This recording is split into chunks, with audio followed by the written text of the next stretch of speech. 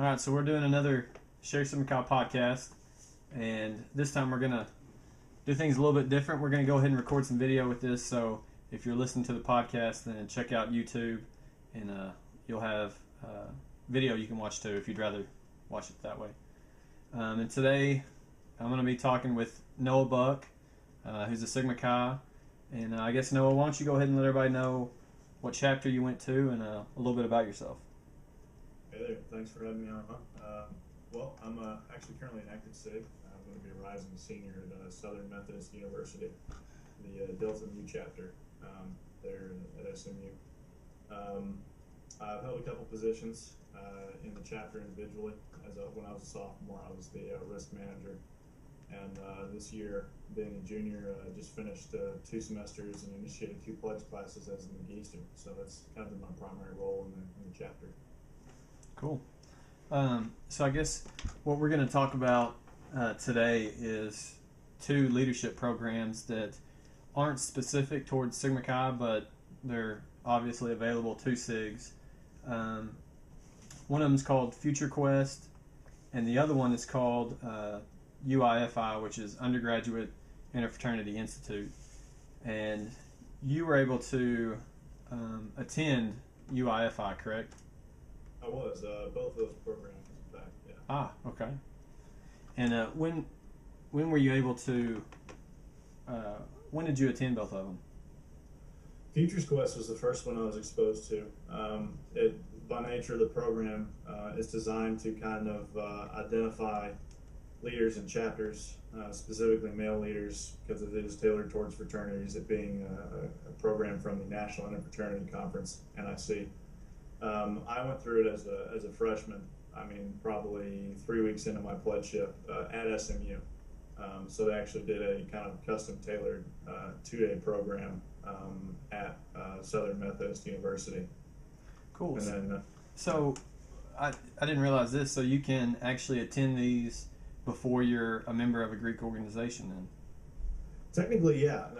The Futures Quest is actually designed to talk to pledges and first year fraternity men. Okay. Second as well. That works as well. But the idea behind it is to catch young men early and really reinforce the stuff they learned during pledgeship or learning about values and leadership and the kind of commitment to holding themselves to a higher standard and practicing that and giving them the tools to do it. Cool. And so does the other program, do you know if it allows pledges in Futures Quest? Futures Quest definitely does. UIFI, I am not entirely sure about. Okay.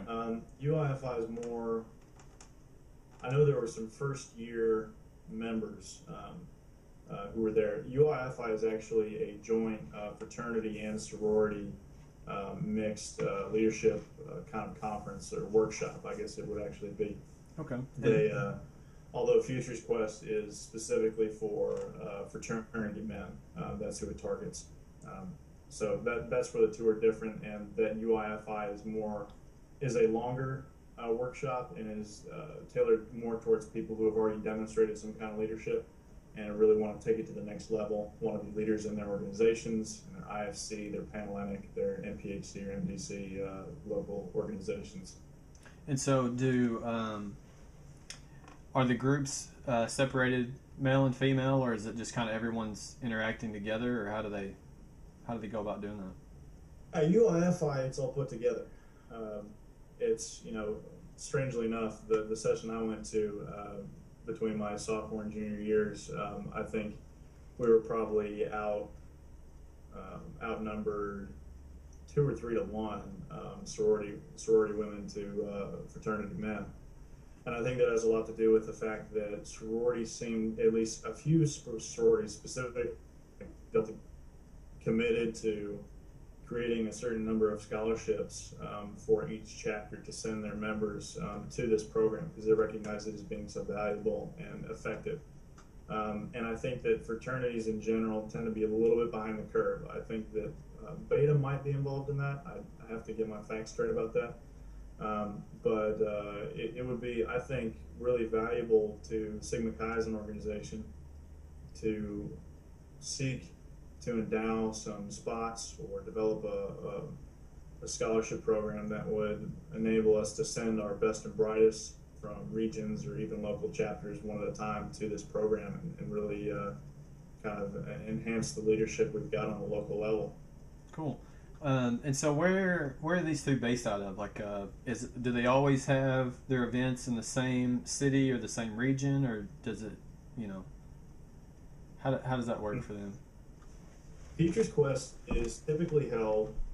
This last year, I was a mentee, kind of an assistant, a mentor, and that was held in Lafayette, Indiana, at East Lafayette at a YMCA camp near the Purdue campus.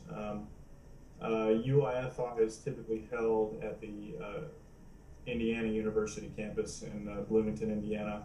Although they did, and they may be doing this again this summer, they had one session on the West Coast, just given that it is much farther away, and there is a pretty good number of people coming from all over the entire country to justify having at least one session that far west.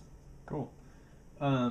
So when you attended these programs, was the majority of people, did they come from around like the Indiana area, the Midwest region, or was it kind of spread out with attendees? As a mentor, I found that there was a larger representation of East Coast and Midwestern representatives because it took place what would have been the first or second week into winter vacation for most people in December. For me, I got out of finals, and less than 14 hours later, I was on a plane to Indianapolis to go and mentor for 4 days. So it was kind of it was a little bit of a shock for me. Yeah, I'm sure a few other people. And they had another session in January. So I think a lot of who goes has to do with when they're available, family vacations, stuff like that. So I think people who are closer by tend to benefit more from Futures Quest, which I think is why they've done kind of local level Futures Quests, or at least they did it at SMU, and it was relatively successful from what I saw, or at least from what I experienced. It really got me interested in it. Cool. So with these places, what kind of, I guess, well, I don't want to say atmosphere, but do you go and are you staying at a college? Like, what's kind of the scenery of when you go to one of these programs? UIFI is held. It was held at a couple locations last summer, but the main quarters where people are staying is the new Beta House there at IU's campus, which is incredible structure. Really, really beautiful place. Beautiful fraternity house. I wish we had something like that at SMU sometime in the future, maybe. So it's got plenty of sleeping quarters for 100 plus people. Great programming spaces, wide open, very comfortable place. So they found a wonderful location for that. It's very relaxed. It's very open. They've got some nice spaces to kind of go outside. Luckily, the weather was good, so we did spend some time outside doing kind of getting to know you activities and also just kind of contemplation, things like that. I'd say, and at Futures Quest, it was at there's a large YMCA camp in Lafayette, Indiana, that it was held at, so they had plenty of space for everybody there as well. I would say that the atmosphere outside of the physical features is overwhelmingly positive and supportive.